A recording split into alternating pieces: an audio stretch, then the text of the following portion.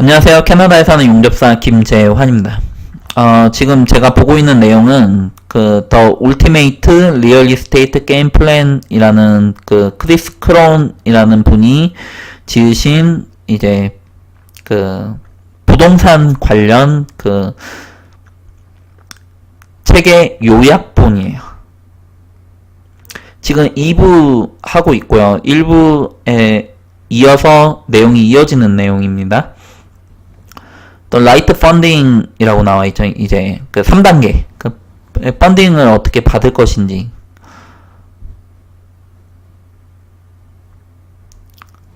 이제 아까 위에서 설명을 드린 4가지 방법에 관해서 이제 나오죠. 이제 프라이머리 레지던시 같은 경우에는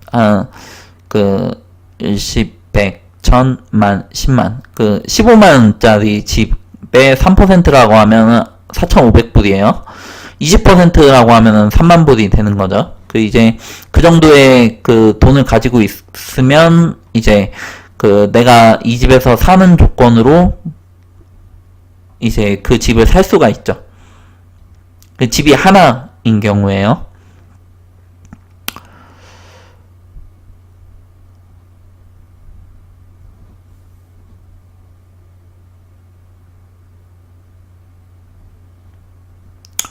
그리고 컨벤셔널 파이낸싱이 나오는데 20%를 다운 페이먼트를 할 때 20%를 가지고 있지 않은 경우가 현금으로 가지고 있지 않은 경우가 많으니까 그런데 이제 많은 경우에 연금이 있다라든지 아니면은 홈 이쿼티 그냥 집을 하나 가지고 있는데 자신의 소유다. 그러면 거기에서 집 담보대출을 받을 수가 있죠.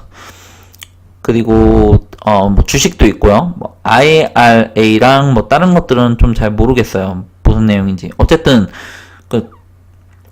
돈을 만들어서 이제 20%를 다운을 한다. 그럼 이제 15% ROI라고 하면 그러면은 이제 그 돈을 그냥 다른 데에 넣은 것보다 한 10%는 더 수익이 날 수가 있다라는 이야기를 하는 거예요. 20% 다운 페이먼트를 했었을 때 파이낸셜 파트너 죄송합니다. 파이낸셜 파트너는 이제 이렇게 구성이 되어 있어요. 이제 한쪽은 펀딩을 하는 거예요. 이제 provide capital, assist with key decision. 한쪽은 돈을 대는 거고 한쪽은 모든 일들을 다 처리하는 거예요. 이제 find deals, repair, fix, and lease out, manage, and sell, repeat. 전 과정을 전부 다 처리를 하는 거죠. 그래서 이제 50대 50으로 나누는 거고요. 그런 내용이 나와 있습니다. 셀러 파이낸싱에 관한 내용이 나오는데 이 한 가지 예로 들었어요. 이 도표가 좀 쉽게 이해가 되거든요. 펄체이스 프라이스가 15만이에요. 15만. 미국 달러이고요. 그거를 셀러로부터 셀러가 파이낸싱을 하는 조건으로 한 달에 800불 그리고 다운 페이먼트는 안 한 겁니다. 이런 조건에서 이제 자신이 이제 명의를 받아서 테넌트를 자신이 구하는 거예요. 이거를 샌드위치 리즈라고 한다고 합니다. 이제 자신은 중간에 있다가 이제 돈만 버는 거죠. 쉽게 이야기를 하자면. 그래서 테넌트에게는 18만에 파는 걸로 하고 그리고 이제 달에 1100불씩 받는 걸로 이렇게 계약을 하고 그리고 다운 페이먼트를 5000불을 받는다. 이렇게 한다라는 내용인데 이제 이거는 시대를 정확히 알아야 이걸 이렇게 할 수가 있죠. 이제 몬슬립 렌탈이 여기서는 이제 세입자를 받잖아요. 그런데 이제 내가 산 집이 엄청 저렴하고 이게 현재 시세보다 약간 높거나 아니면 비슷하다라고 하면 그러면 이제 이게 성립이 될 수가 있는 거죠. 샌드위치 리즈가. 근데 실제로는 이거 이렇게 하기가 쉽지가 않아요. 바보도 아니고 이분만 이렇게 싸게 딜을 주지도 않고 그런 거죠. 그 이제 보통은 그렇게 하기 쉽지는 않아요. 그 이제 내가 이쪽이랑 계약을 했어요. 그런데 이 테넌트를 구해야 되는데 못 구하면은 내가 이 위험부담을 다 떠안아야 되는 거잖아요. 그러니까 이걸 할 때는 좀 잘해야 되는 거죠. 수익이 무조건 나야 되는데 못 나면은 내가 이걸 한 거를 책임을 져야 되는 거예요. 이 몬슬리 페이먼트 이 800불을 내가 책임져야 된다 라는 거죠.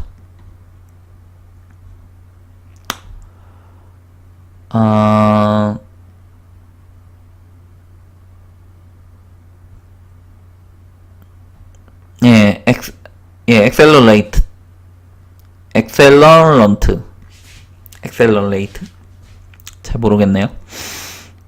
가속이에요, 가속인데, 집 하나를 집 두 채로 늘리고, 뭐, 네 채로 늘린다. 뭐, 이런 계획이 있고요. 처음에 집을 세 채로 시작을 해가지고, 그걸 6채로 늘리고, 12채로 늘린다. 한 채로 시작해서 5채로 늘리고, 100채로 늘린다.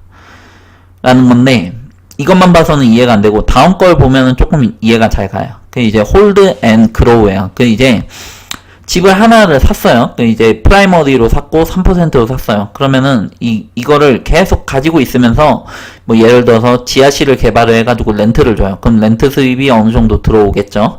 이제 그 상태에서 이 집을 팔지 않고 이 집의 이쿼티를 어느 정도 없앤 다음에 빚을 빨리 갚은 거예요. 빚을 빨리 갚아서 내 소유로 만든 다음에 이제 이쿼티를 대상으로 해서 집 담보대출을 받습니다. 집 담보대출을 받아서 집을 두 채로 늘리고요. 그리고 이제 시간이 지나면서 이것도 마찬가지로 그러면 한 채 한 채씩 또 늘어나니까 네 채가 되는 거죠. 이러고 나서 은퇴를 하게끔 되면 이것만 다 팔아도 남은 여생을 지낼 만큼은 될 수가 있죠. 뭐 부동산 가격이 폭락이 되지 않는 이상은 그게 가능한 거죠. 아무리 못해도 이 플랜 정도는 갈 수가 있는 거예요. 뭐 저희가 원하는 거는 좀 더 원하는 거고요.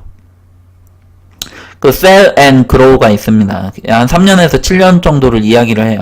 세 채를 해서 한 3년에서 7년 정도를 가지고 있다가 뭐 시세 차익이랑 뭐 렌트 수입이랑 뭐 이렇게 해가지고 이 집을 팝니다. 그러면은 이제 어느 정도의 돈이 들어오죠. 그러면은 다시 처음으로 돌아가서 이 세 채를 처음 했을 때처럼 6채를 하는 거예요.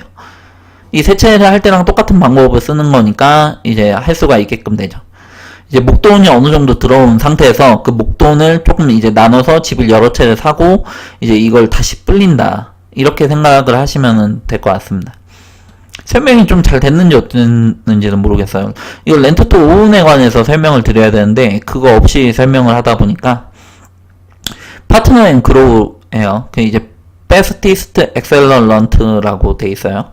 이게 가속이 된다는 이야기인데 한 채를 5채로 만들고 5채를 100채로 만든다라는 이야기를 하는 거예요. 어떻게 이게 가능한가? 이제 내가 확실한 전략을 가지고 있고 그걸 몇 번 프로빙을 해버리면 그러면 주변에 내가 아는 사람 중에 돈이 있는 사람이 있으면 나한테 투자를 하겠죠.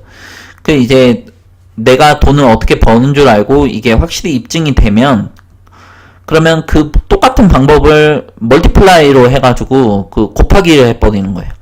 그래서 투자자만 계속 구하면 되는 거죠. 그래서 어느 정도 투자자가 오면 나는 그 안에서 이제 그 회사 차원으로 이제 사람을 고용을 해가지고 이 사람이 뭐 내가 하라는 대로 이렇게 다 하고 그리고 이제 이 어떠한 시스템을 만들고 그 시스템이 굴러가게끔 된다라는 거예요. 이 부동산 회사를 만드는 거죠. 부동산 회사. 무슨 얘기인지 아시겠죠? 지금 이분이 하는 거는 지금 이 과정이죠. 이 과정. 이 투자자를 모으고, 그리고 일을 직접 할 사람도 모으고, 멘토링도 하고, 그 기술도 가르쳐 주고. 그래서,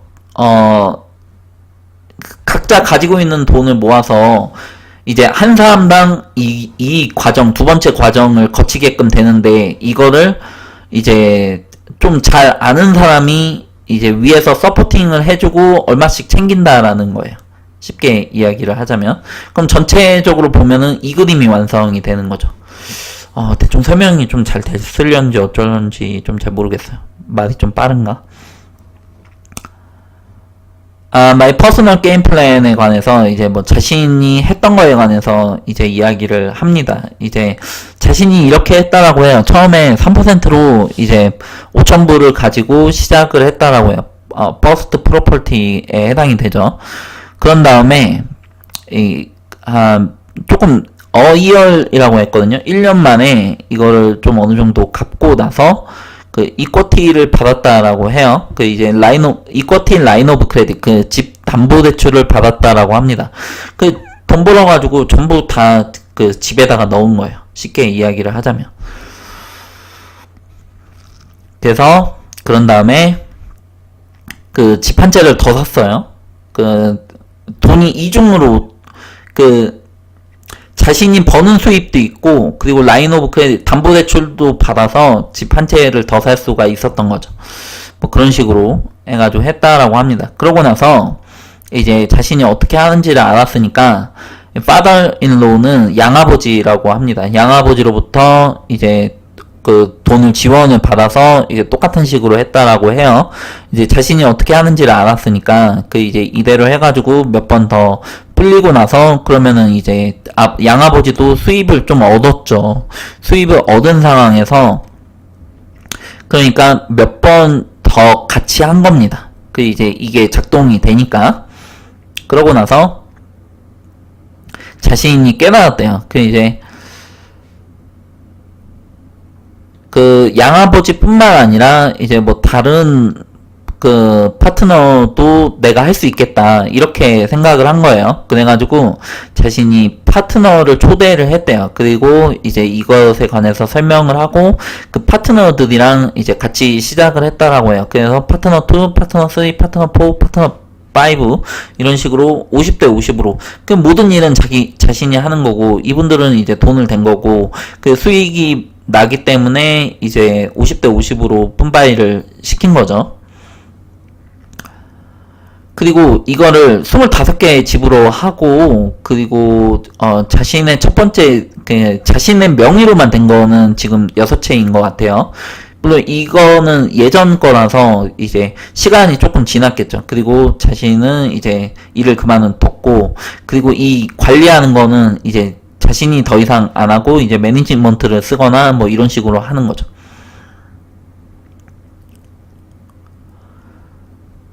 예, 뭐 머니가 아예 없을 때도 가능했고 뭐 리틀 머니일 때도 가능했고 그리고 이제 머니를 조금 이제 세이빙 하는 것도 가능하고요.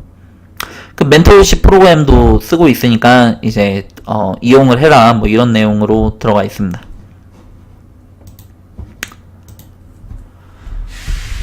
일단은 이거를 이해를 하기 위해서는 렌트 투 오운이라는 것에 관해서 이제 조금 알아야 돼요. 그래야 설명이 좀 가능합니다. 렌트 투 오운을 모르면 이게 가능한가 싶죠. 이제 이게 가능한가. 저는 이게 가능하기는 하다라고 생각을 해요. 그런데 이제 이분 말처럼 이렇게 막 다 수익이고 다 이득이고 무조건 ROI가 뭐 15%가 나오고 뭐 이렇게 생각을 하진 않아요. 좀 약간 좀 광고성, 상업성 이렇게 좋은 면만 보여주려고 하는 그런 경향이 있다 보니까 제가 파트너로서 이분들이랑 같이 하기는 조금 꺼려집니다. 그 이제 실제로 하면은 그렇게 진행이 안 되거든요. 어쨌든 렌트 투 오운이라고 하면은 그 이제 그냥 기본적으로 이거를 기억을 하실 필요가 있습니다. 왜 크게 안 되지? 일단 첫 번째로 싸게 사서 비싸게 판다. 일단 이게 기본이고요. 그리고 두 번째로 은행 대출이 안 되는 사람들을 대상으로 한다.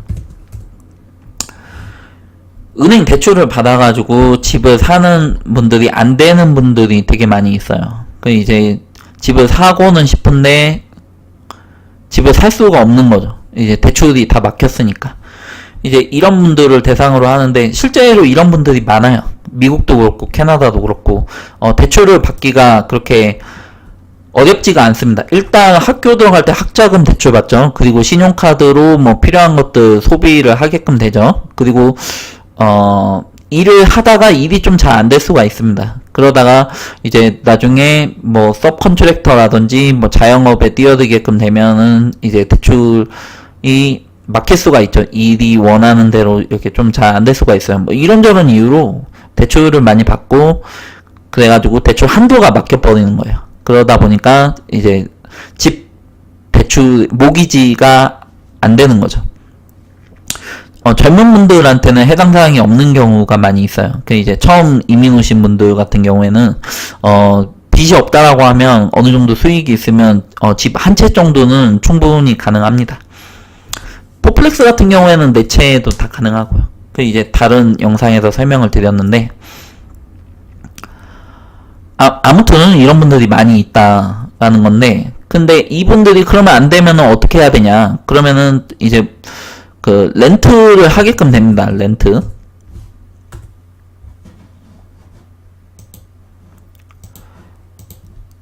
그 한국 외에는 전세 제도가 없죠. 그건 월세예요, 전부. 그 월세를 하게끔 된다라는 거예요. 왜 자꾸 바뀌는지 잘 모르겠네. 무조건 렌트가 되는 거죠. 무조건 렌트. 이렇게 되는 건데, 그런데 이 렌트 수입이 800이라고 가정을 한번 해봐요. 그러면은 이 800은 매번 이제 돌아오지 않는 돈이에요. 이제 그냥 나가버리는 돈이죠. 거기에 렌트 투 오는 내가 예를 들어서 1100불을 받겠다라는 거예요. 1100불 중에 800은 프린서플 프린서플로 하면 안 되겠구나. 원리금 상환이고,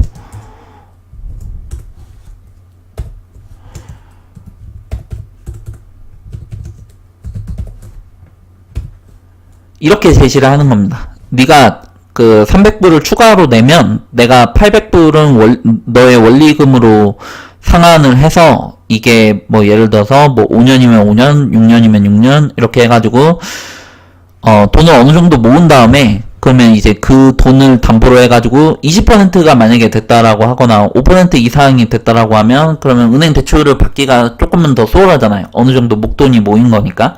그 목돈을 모으는 과정이 있는 것입니다. 그 이제 1억 5천이라고 하면 그걸 원리금으로 이 프로그램으로 다 갚는 거는 그렇게 쉽지가 않아요. 그러니까 이제 어느 정도 목돈을 모으고 나서 은행 대출을 받아라, 뭐 이런 내용인데, 그럼 그 시간이 지나고 나서 은행 대출을 받을 수가 있을 것 같죠. 실제로는 안 그래요. 이제 한 3년, 4년 계약을, 2년, 3년 막 그렇게 계약을 하거든요. 근데 그러고 나서 어느 정도 목돈이 모였다고 해가지고 재정 상황이 그렇게 심하게 안 바뀝니다. 실질적으로는 그래요. 이제 그거 설명드리려면은 시간이 꽤 오래 걸려가지고 일단은 그렇다라고 가정을 해보도록 합시다. 그러면 지금까지 1100불씩 냈죠. 근데 그 계약이 이행이 안 되면, 그러면은 이제 이 회사가 전부 다 먹습니다. 이 회사 같은 경우에는 이 1100불이면은 하나도 안 늘려줘요. 그 계약 연장도 안 시켜줘요.